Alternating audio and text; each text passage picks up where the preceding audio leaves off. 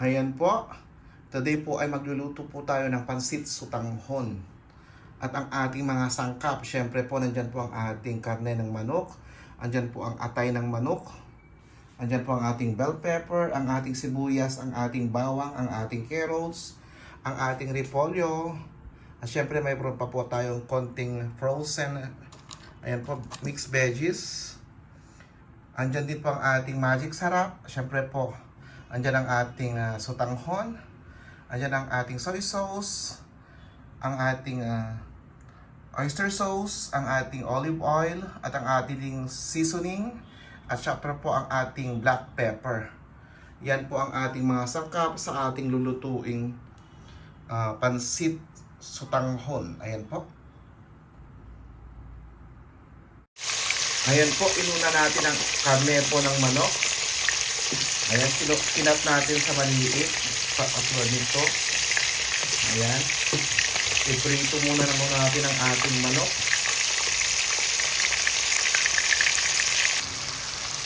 At yan po, nilagay ko na rin po ang ating bawang at ang ating sibuyas po.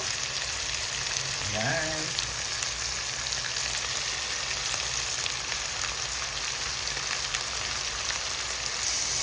At yan na po, nailagay ko na rin po ang ating, ano ba ito?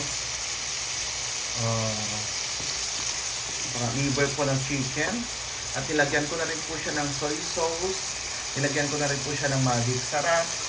At nilagyan ko na rin po ng black pepper. Ayan. Lagyan ko na siya ng konting tubig para maluto yung manok. At yan na po. Ilalagay ko naman po ang ating mga gulay.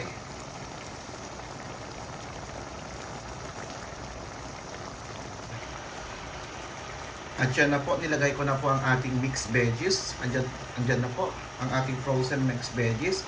At nilagay ko na rin po ang ating carrots at ang ating bell pepper. Ayan, sa ating mixed veggies, may carrots, ayan po, may green peas, at mayroon po siyang bagu beans.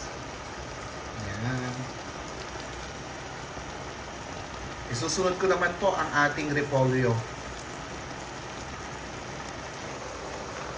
Ayan po, nilagay ko na rin po ang ating repolyo. Ayan, lutuin ko lang po ang ating repolyo.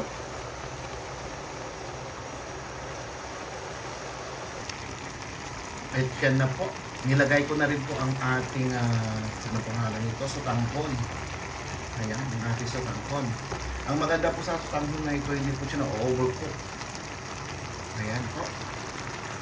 Paghalu-haluin lang natin. Ayan na po ang ating finished product po. Ang ating pansit sutanghon. Ayan. Mas masarap pa po sana kung mayroon tayong fishball, squid balls. Pero dinamihan ko naman po yung manok niya po. At marami rin po yung vegetables niya. Kaya tignan nyo po. Ang ating pansit ay naging special. Ayan po. Maraming salamat po sa lahat.